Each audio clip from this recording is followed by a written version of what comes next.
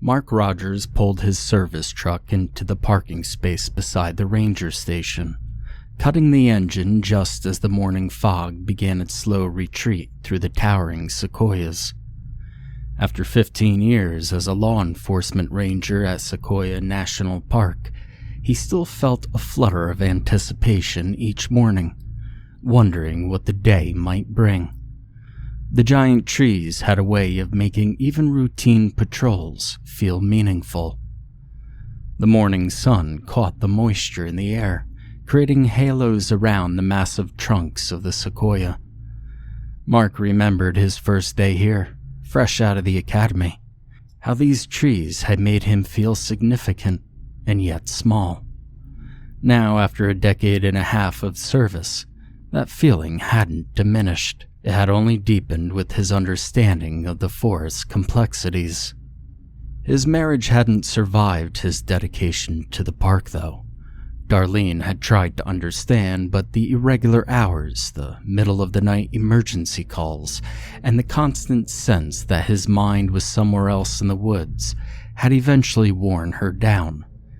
They'd parted amicably 3 years ago, and she'd moved back to Sacramento with her daughter Emma, who now visited during school breaks.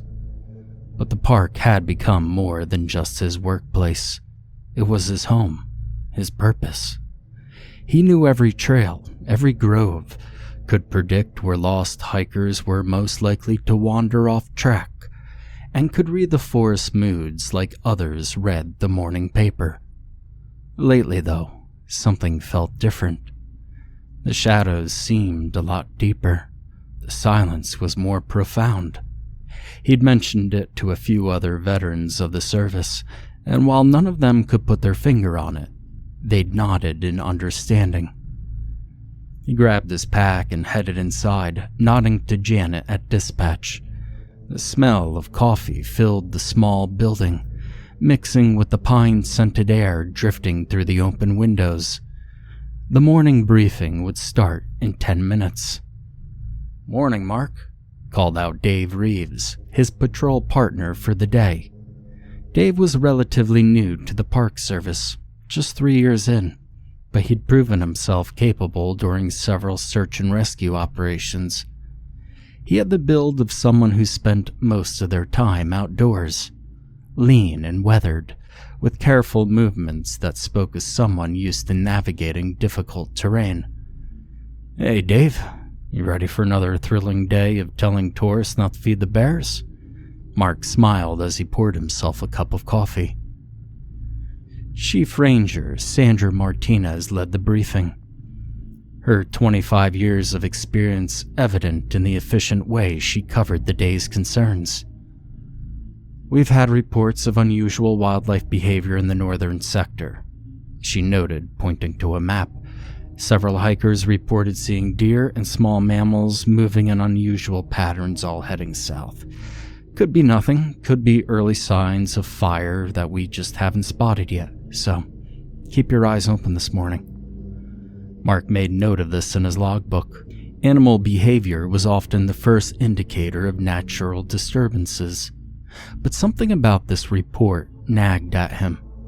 He'd noticed fewer birds in certain areas over the park last week, particularly around Redwood Mountain Grove. He hadn't included it in his reports yet. It seemed too subtle, too easily explained by natural variations and migration patterns. The briefing continued with updates on trail maintenance, visitor statistics, and a review of recent search and rescue operations. Dave sat beside Mark, taking meticulous notes. The younger ranger had impressed Mark with his attention to detail and genuine passion for the work. Unlike some of the newer recruits who saw ranger service as a stepping stone to federal law enforcement, Dave seemed to understand the deeper aspects of the job, the way it required you to become part of the ecosystem that you protected. "And one more thing," Sandra added as the briefing wound down. "We've had 3 reports of unusual cell phone interferences in the past week. Calls dropping, strange noises on the line, that sort of thing. Tech Services is looking into it, but make sure your radio equipment is properly maintained. Cell service out here is spotty enough without technical issues. Mark and Dave's assignment to the remote sections was no accident. Sandra had been deliberately pairing experienced rangers with promising newcomers, ensuring that the park's institutional knowledge was passed down. As they gathered their gear after the briefing, Dave asked about the grove they'd be patrolling. "Well, Redwood Mountain Grove is special," Mark explained, checking his equipment. "It's just not that it's the largest remaining sequoia grove in the world. There's something about it that feels different from the other groves. The trees are older, yeah, but it's more than just that. The Native Americans used to say that it was a place where the world grew thin. Whatever that means." Dave nodded, adjusting his pack. "I've only been there twice, but I know what you mean. It's like the air itself feels different." Mark leaned against the truck, his mind drifting to the history of the place. Sequoia National Park had been established in 1890, making it the third oldest national park in the country. The park encompassed over 400,000 acres of the Sierra Nevada mountains, but its crown jewel were these ancient sequoias. The General Sherman tree, which they'd passed on their patrol route, was the largest living thing on Earth by volume, 275 feet tall and over 36 feet in diameter at its base. Dave pulled out his tablet, reviewing their patrol route. "You know, I've been reading about the indigenous people's relationship with these groves," he said. "The Mono and the Yukits tribe considered certain areas sacred, especially Redwood Mountain. They had strict protocols about when you could enter and what you could take from the forest." Mark nodded. During his earlier years, he'd spent time with Thomas Walking Bear, one of the tribal liaisons who helped the Park Service understand the cultural significance of various sites. Thomas had passed away 5 years ago, but Mark still remembers his warnings about certain groves. "The old ones are watching," he'd say, never quite explaining who or what he meant by the old ones. "Sandra's been here even longer than you, right, Mark?" Dave asked, changing the subject. 25 years? 27 now, Mark corrected. She started as a seasonal ranger in 98, worked her way up, lost her husband Greg in that helicopter crash during the 2020 fire season. He paused, remembering that terrible day. She knows these woods better than anyone. When she says something feels off, well, you should probably listen. Dave had his own history with the park, though shorter. He'd grown up in Visalia, just outside the park boundaries. His grandfather had been a logger before the area was protected, and Dave had grown up with mixed feelings about conservation versus resource use. But after studying environmental science and working briefly in commercial forestry, he found his calling in the Park Service. "You know what's weird?" Dave said, checking his radio. "My grandfather used to tell stories about logging crews finding strange things in the woods. You know, tools gone missing, equipment failing for no reason. These weren't just ghost stories. You know, he was a practical man. But he did say sometimes the forest itself seemed to reject their presence." Mark thought about his own experiences over the years. The inexplicable equipment failures that seemed to cluster around certain areas. The way some visitors would suddenly become disoriented in perfectly clear conditions. The strange patterns of shadow and light that couldn't be explained by the position of the sun or the arrangement of branches. He documented everything meticulously, of course. His field notebooks filled a whole shelf in his cabin, each incident recorded with ranger precision. But there were things he hadn't included in official reports. The dreams of walking through the grove at night and finding the trees had been moved. The times he heard voices in the wind that seemed to speak in languages older than human speech. But Janet from Dispatch had her own theories. A former anthropology professor who left academia for the peace of the Park Service. She'd spent years collecting local legends about the sequoias. These trees were ancient when the first humans arrived, she told Mark once. Who knows what kind of awareness might develop over 2,000 years of existence. Now that morning, the fog was finally burning off completely, revealing the full majesty of the grove around them. Mark checked his watch. They needed to get moving if they were going to cover their entire patrol route before dark. Something about the quality of the light today made him want to be back at the station before sunset. They loaded their gear into Mark's truck, the morning fog still clinging to the lower branches of the trees. Their patrol route would take them through some of the most remote sections of the park, areas where the modern world felt distant and fragile. Mark had always loved these patrols, but today, something felt off. He couldn't shake the feeling that the forest was holding its breath, waiting for something. The first few hours of their patrol were routine. They headed out just as the sun was breaking through the morning haze, their truck winding along the narrow park roads. The radio crackled occasionally with routine traffic. A lost hiker already found, a minor medical situation at the visitor center. Around 2 p.m., as they were finishing lunch at an overlook point, Mark's phone rang. The number wasn't one he recognized. "Ranger Rogers," he answered, expecting perhaps a colleague from another district. There was no response, just the sound of wind and something else. A soft scratching noise like branches against bark. "Hello, this is Ranger Rogers with the National Park Service. Do you need assistance?" The scratching grew louder, more deliberate, and then complete silence. Mark checked the number again, frowning. "I got a weird one," he said to Dave, who was gathering their lunch trash. "Phone call from somewhere in the park, but no one's responding. Some strange noises." Dave raised an eyebrow. "It's probably bad reception. I mean, it is pretty common out here." "Yeah, but..."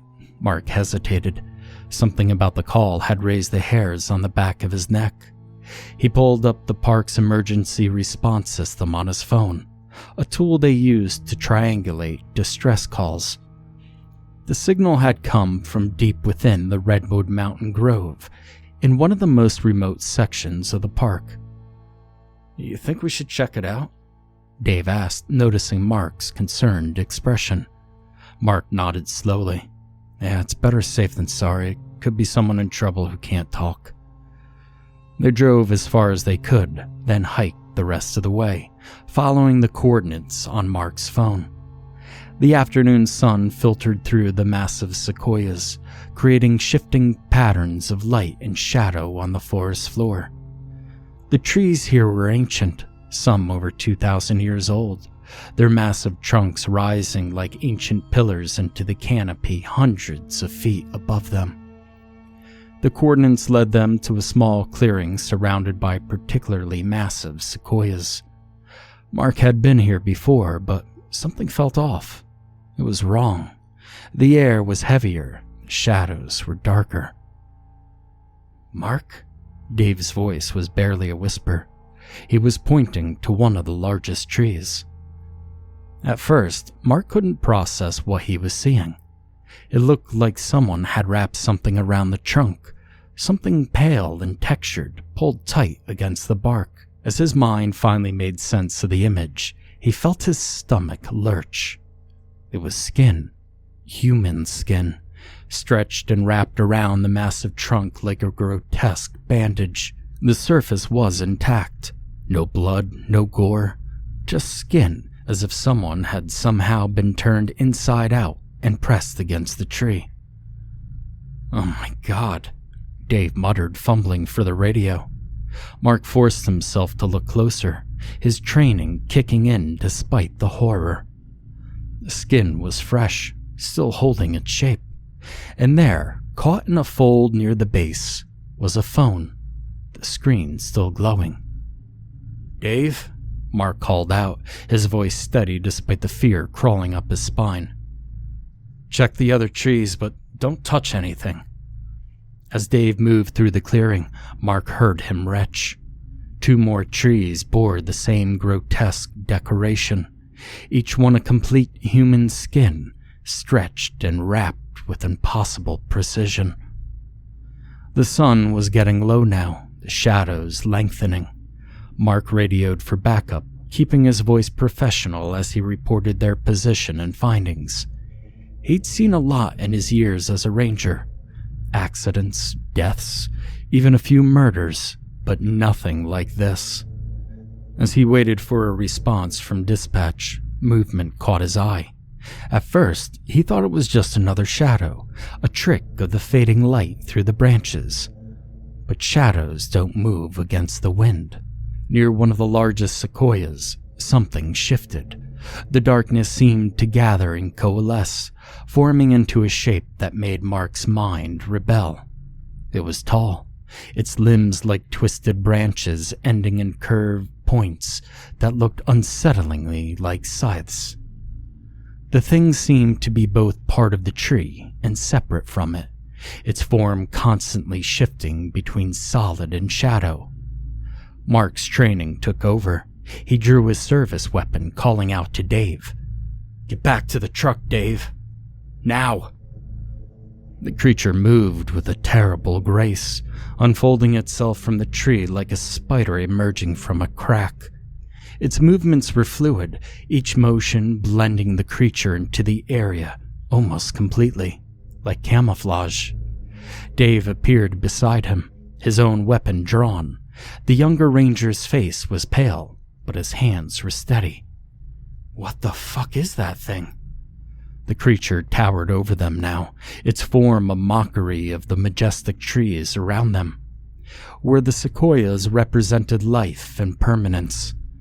This thing was a void, a darkness that seemed to drink in the fading sunlight, and it lunged toward them.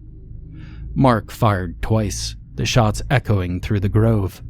The first bullet passed through the creature's midsection with no effect, but the second struck something solid. There was a sound like breaking wood, a high-pitched screeching that made their teeth ache, and the thing split apart, its upper half toppling backwards as the lower portion crumbled in what looked like rotted wood. The silence that followed was absolute. No birds, no wind, nothing but their own ragged breathing and the fading echo of the gunshots. The investigation that followed would haunt the Park Service for years. The FBI's evidence response team arrived within hours, setting up powerful floodlights that turned the ancient grove into an eerie daylight. The lights cast strange shadows through the canopy, making every branch look like reaching fingers.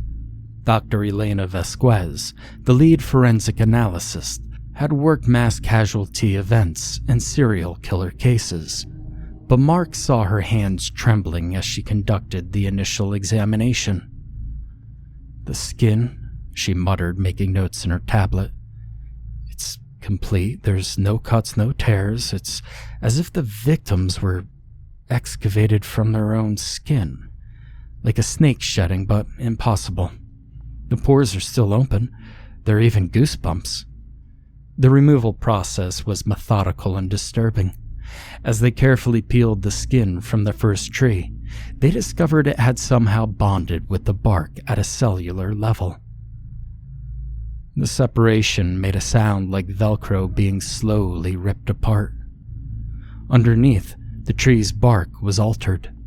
Patterns that almost looked like fingerprints had been etched into the wood. "Look at this," Dave said, pointing his flashlight at one of the faces. The skin had maintained its shape so perfectly that the facial features were still recognizable. Eyes closed as if in sleep, mouth slightly open. But as they watched, the features began to shift subtly, like clay being slowly reshaped by invisible hands. The FBI brought in facial recognition software, running the faces through their databases every hour. Each scan returned different results. It was as if the victims' identities were as fluid as their features. The phone they found was equally baffling. The device showed no manufacturer's marks, no serial number. The screen displayed only a single image. A black and white photo of the grove, taken from a perspective that seemed impossible, as if the photographer had been suspended 50 feet in the air. In the photo, the trees cast shadows that pointed in different directions, defying the laws of light. During the examination, 3 of the FBI cameras failed simultaneously, their memory cards corrupted. The only recoverable image showed something that none of the agents remembered seeing. A tall, thin, tree-like figure standing between 2 trees in the background. Incredibly thin.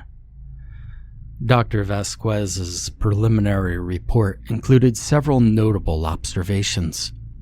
The skin samples show no signs of decomposition despite estimated exposure time of 12 to 24 hours. Temperature of the tissue remained a consistent 98.6 Fahrenheit, despite ambient temperature of 62 degrees. Microscopic analysis revealed cellular activity consistent with living tissue, despite complete separation from vital organs and systems. The most disturbing is the presence of growth patterns within the dermal layers that do not match known human tissue structures. These patterns resembled tree rings, but occur in impossible fractal configurations. When viewed under electron microscope, the patterns appear to be moving, though this may be equipment error. The doctor would go on to report. The report was later classified, along with most of the physical evidence. The grove was cordoned off for 6 weeks, during which time 3 more researchers reported hearing phones ringing from deep within the forest. No signals were detected by their equipment. The only piece of evidence that remained in the Park Service custody was a small sample of bark from one of the affected trees. Mark kept it in a sealed evidence bag on his desk. Mark filed his report, describing everything exactly as it happened. He knew how it would sound, knew the sideways looks he'd get from colleagues, but Dave backed up every word, and they both passed their psychological evaluations with flying colors. They still work at Sequoia National Park. Mark insisted on it, even after being offered transfers to less remote locations. He says it's because he loves the park, which is true. But on quiet afternoons, when the shadows grow long among the ancient trees, he watches them carefully. Because sometimes, just at the edge of his vision, he could see some of the trees moving on their own.